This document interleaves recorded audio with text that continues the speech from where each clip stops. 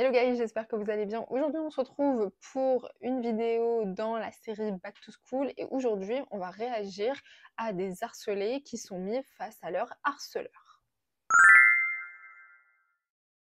Merci à Tataki de faire des vidéos aussi intéressantes parce que c'est pas la première fois que je réagis à une de leurs vidéos et franchement, c'est des sujets qui à chaque fois sont hyper intéressants. Notamment celui-là, parce qu'il faut y aller pour retrouver un harcelé et un harceleur et les mettre les deux l'un face à l'autre et en plus de ça, publiquement. Donc voilà, on va réagir à tout ça. Je pouvais pas rentrer chez moi sans me faire taper, on me jetait des pierres, on essayait de me cracher dessus. Tout simplement, moi j'avais mal, du coup je faisais mal. Tu t'étais déjà imaginé être à ma place? Je pense que j'aurais pas tenu. Ok, pour beaucoup d'entre nous, ça nous rappelle un moment assez cool, la fin des cours, là où tu vas retrouver tous tes potes pour aller chiller. Mais pour d'autres, ça évoque juste le début du stress, de l'angoisse ou même de la violence. Aujourd'hui, on va parler d'un sujet qui peut avoir des conséquences sur la vie entière de certaines personnes, c'est le harcèlement scolaire. Pour vous parler un petit peu du contexte de cette vidéo, nous, ça fait des mois qu'on essaie de réunir des personnes qui ont subi du harcèlement scolaire avec celles qui y ont participé. Du coup, je pense que vous en doutez, c'était très compliqué de trouver des personnes qui étaient d'accord de vivre cette expérience. Mais à force de chercher, on a fini par trouver notre duo, Adrian et Kevin. Faut du courage pour accepter de venir faire une émission qui sera pour toujours disponible sur YouTube et admettre qu'on a harcelé quelqu'un et admettre qu'on s'est fait harceler. C'est pas évident pour tout le monde, ça demande vraiment énormément de courage. À l'école, t'étais quel genre de personne? Je dirais que j'étais quelqu'un qui était hyper actif, je bougeais tout le temps, j'avais tout le temps besoin de courir, j'étais quelqu'un de très sociable aussi, j'ai toujours parlé avec beaucoup de gens, il y a eu beaucoup d'amis autour de moi. Quand j'étais plus jeune, j'étais plutôt quelqu'un de renfermé.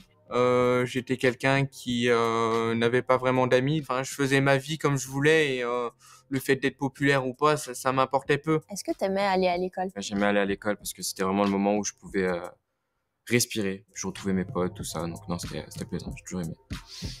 Je voulais pas aller à l'école, je n'aimais pas l'école et j'avais la boule au ventre rien que d'y penser. Mon enfance, ma jeunesse, c'est peut-être la période la plus difficile de ma vie. À répétition, on me disait que je servais à rien, que j'étais moche, j'étais qu'une... Je vous ai dit dans la vidéo sur le harcèlement c'est extrêmement compliqué, c'est extrêmement grave parce que ça détermine votre passé, votre présent et votre futur pour certaines personnes. Donc il faut absolument bannir le harcèlement des écoles. Pour moi en fait c'est inconcevable. Tu es là, tu dois te construire, tu dois apprendre des choses, tu dois évoluer dans ta vie, tu dois construire le premier pilier de ta vie d'une certaine manière parce que tu vas passer plusieurs années à l'école et toute la journée en fait, surtout en France. Donc c'est inadmissible de se faire harceler et d'avoir peur d'y aller, la boule au ventre et de laisser qui que ce soit nous intimider. C'est inconcevable. Franchement, les dégâts en fait que ça cause à cet âge-là sont tragiques. tête à claque. Je pouvais pas rentrer chez moi sans me faire taper. On me jetait des pierres, on essayait de me cracher dessus. Et ça s'est terminé parce que du coup, on a déménagé par rapport à ça.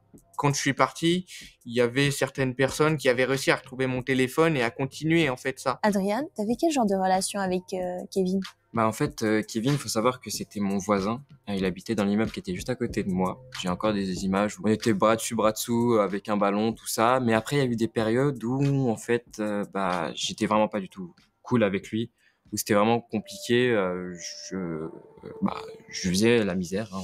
Tu te sens comment à l'idée de vous retrouver? Je sais pas comment il est réellement devenu, à quel point ça l'a atteint, tout ce qu'on a pu lui faire vivre. Donc ça me fait que je suis un peu anxieux, nerveux. Vraiment stressé parce que c'est vraiment une partie qui J'ai l'impression qu'il a peur de revivre du harcèlement en face, même des années plus tard. C'est que mon impression, hein. C'est fondé sur rien, c'est fondé sur mon ressenti. Mais ouais, j'ai cette impression-là que je partage avec vous du coup. Pourquoi moi? Qu'est-ce que je t'avais fait? Waouh.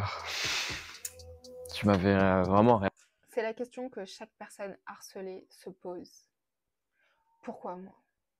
Qu'est-ce que je t'ai fait?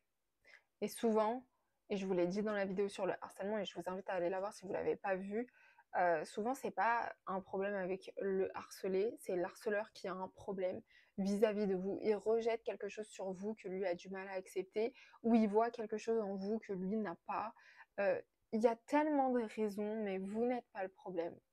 Vous ne l'êtes pas. Sachez-le.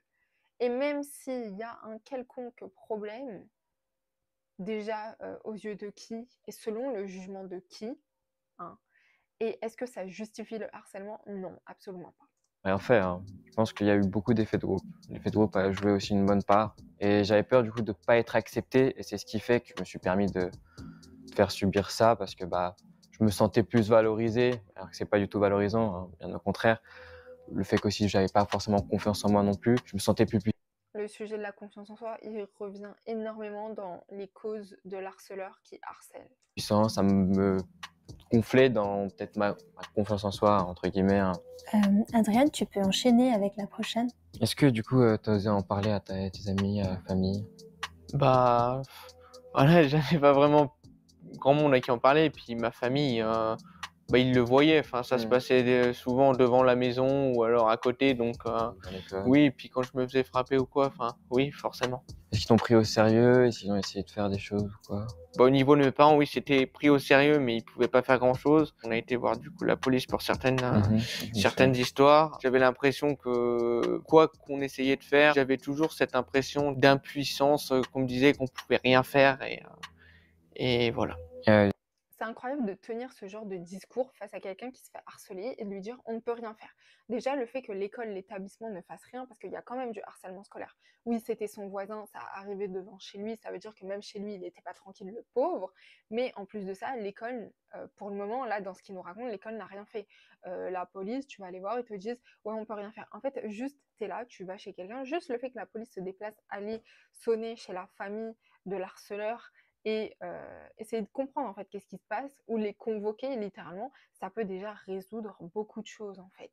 Mais même ça, ce n'est pas fait. Alors est-ce que c'est le travail de la police? J'en sais rien. Moi je sais que pour certaines affaires, ils ont déjà passé des coups de fil, convoqué certaines personnes qui étaient accusées de telle chose. Donc voilà, je pense que pour ce genre de cas, ça peut être nécessaire et ça peut être une solution de prendre un peu l'espace de médiateur, surtout qu'on est en fait sur une relation de dominé-dominant, sauf que la police forcément a un statut au-dessus de celui de simple civil. On va dire qu'ils ont des droits en plus, ils vont avoir la possibilité de faire certaines choses que d'autres personnes n'ont pas, en fonction de quand ils sont dans leur cadre de travail, évidemment.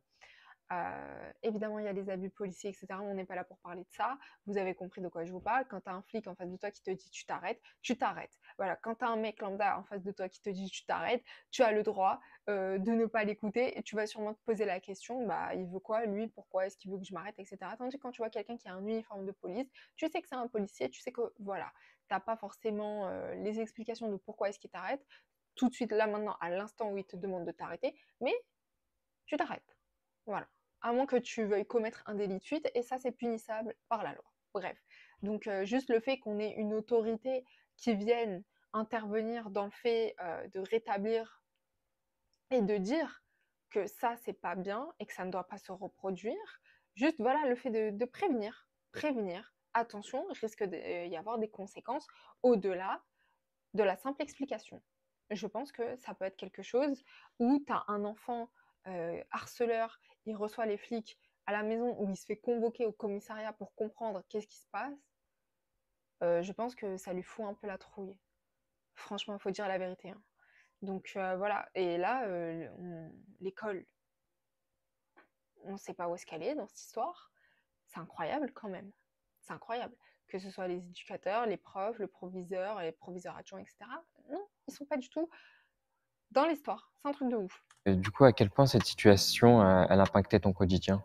Comme tu le disais, j'essayais de garder le sourire au maximum, tout ça. Mais dès que je rentrais chez moi, j'étais pas bien. Mes parents le voyaient, je pleurais. J'avais la boule au ventre d'aller à l'école, mais pas que d'aller à l'école, de sortir tout court de la maison. Sur la fin, j'en suis venu à avoir envie d'arrêter de vivre, tout simplement, parce que le suicide dans le harcèlement, que ce soit le harcèlement scolaire, que ce soit le bizutage, etc., toutes les formes d'harcèlement, c'est un sujet extrêmement sensible. franchement, parce que c'est un sujet très triste d'en arriver jusque-là. Mais dans la plupart des témoignages que j'ai recueillis pour vous faire la vidéo sur le harcèlement, la plupart des personnes qui se faisaient harceler parlaient d'avoir des idées suicidaires. On en est arrivé à ce stade-là. Pourquoi? Parce qu'il n'y a personne qui est venu les défendre en face. Il suffit d'une personne, une personne qui dit stop, une personne dans cet effet de groupe là qui dit non mais ça suffit, laissez-le tranquille. Il suffit d'une personne pour changer peut-être les choses, pour faire en sorte que l'harcelé se sente moins seul. Quand ça dure vraiment depuis longtemps et sans cesse, c'est plus possible, c'est insoutenable. T'avais conscience de ce que tu faisais? Non, absolument pas. J'ai eu réellement conscience, ça bien plus tard. Tout simplement, moi, j'avais mal, du coup, je faisais mal. Et au final, après, tu vois, quand tu te retrouves vraiment tout seul et que tu repenses aux choses, tu réalises, tu te dis, en fait, c'était bien plus grave que ce que je pensais. Vous voyez, c'est pour ça aussi que c'est hyper important d'intervenir dans les situations de harcèlement, parce que là, l'harceleur disait que littéralement, je ne me rendais pas compte que ce que je faisais, c'était mal. Peut-être que pour lui, c'était de la rigolade, que pour lui, c'était un petit truc superficiel, futile, etc., et que ça n'avait pas un si grand impact que cela. Pourtant, on voit que c'est tout le contraire pour l'harcelé, et donc c'est pour ça qu'il est hyper important d'intervenir dans ce genre de situation, parce que l'harcelé, il faut lui apporter du soutien, de la compassion, de l'empathie, et une solution, il faut le protéger, et l'harceleur, il faut lui faire comprendre que ce que tu fais là maintenant, c'est pas possible en fait. Tu peux pas faire subir une pression à quelqu'un constamment, à l'effrayer, que ce soit quand il est à l'école ou quand il est chez lui parce que tu es son voisin. Franchement quoi. Donc c'est hyper important d'intervenir dans ce genre de situation.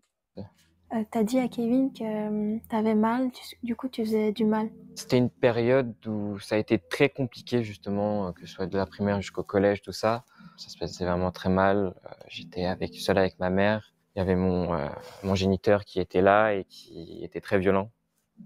Qui était violent avec ma mère, qui était violent avec moi. J'ai vu des scènes que j'aurais jamais dû voir quand j'étais enfant. Quand tu vois ça, tu te demandes mais c'est quoi le monde en fait? Tu peux agir sans foi ni loi et en fait tu seras jamais puni parce que à ces périodes-là, plusieurs fois la police elle est venue, elle a débarqué tout ça, mais jamais rien qui est intervenu et puis personne ne le savait. Mais si tu veux, c'est pour ça que moi j'ai toujours aimé aussi être à l'école, voir des gens. Je suis quelqu'un qui montre beaucoup, quelqu'un de très drôle, très souriant, mais à l'intérieur ça se passe pas vraiment comme ça. Comment vous vous sentez là? Enfin, je prends juste un peu le...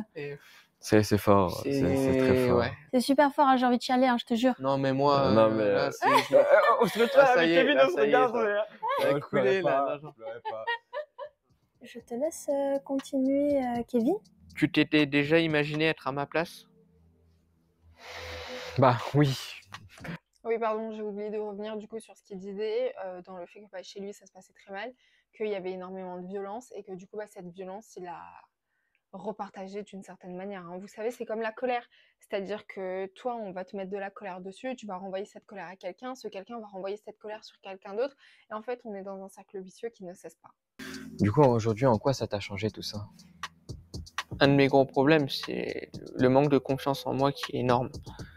J'essaye d'avancer, tous les jours, d'essayer de surmonter ça, mais c'est vraiment quelque chose de très dur. Même maintenant, hein, j'ai cette peur d'aller vers des groupes de gens déjà formés. Je préfère aller vers des personnes, je dirais, un peu plus isolées. Aujourd'hui, tu as l'impression d'avoir changé? Oui. Heureusement. Je suis à des années-lumière de la personne que j'étais à cette époque-là. Je pense que tu peux le voir aussi. Hein. Les électrochocs de la vie font que je prends conscience des choses et malheureusement, tout ce qui a été vécu, ça n'aurait jamais dû se passer. Ok les amis, comment vous vous sentez? Beaucoup d'émotions. J'ai appris beaucoup de choses, que ce soit sur toi, mais aussi sur moi-même en fait avec cette expérience. Et toi Kevin, ça t'a fait du bien de revoir Adrien, de discuter de ça? Oui, beaucoup. J'étais vraiment pas partant au début, mais je regrette pas du tout d'avoir fait ce choix-là et je pense que par la suite, ça va débloquer beaucoup de choses. Hein. Ouais, tu vois, Adrien, finalement, ouais.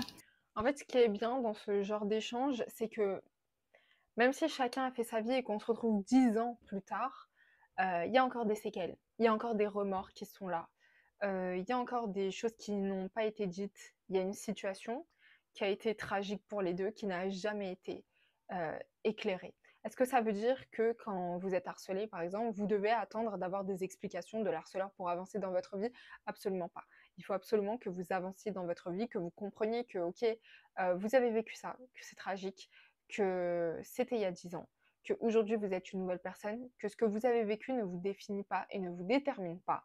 Et que peu importe que vous ayez une différence ou pas, vous êtes une personne forte et cela fera votre force. Donc il faut vraiment avancer, être déterminé, développer la confiance en soi, développer de l'estime de soi. Mais c'est vrai que ce genre d'échange, ça peut apporter énormément dans le sens où on aura toujours des questions sans réponse. Et là, en fait, on arrive à avoir une réponse. On comprend que la personne, elle était mal. Évidemment, ça ne justifie en rien l'acte. En rien du tout. Les explications ne justifient en rien l'acte. Certes.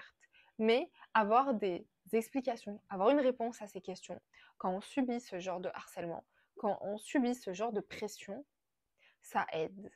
Malgré tout, ça aide. Et vous êtes dans votre droit de aller poser ces questions-là. Un grand pas pour Ça a fait un grand pas pour tous les deux, justement. Ouais.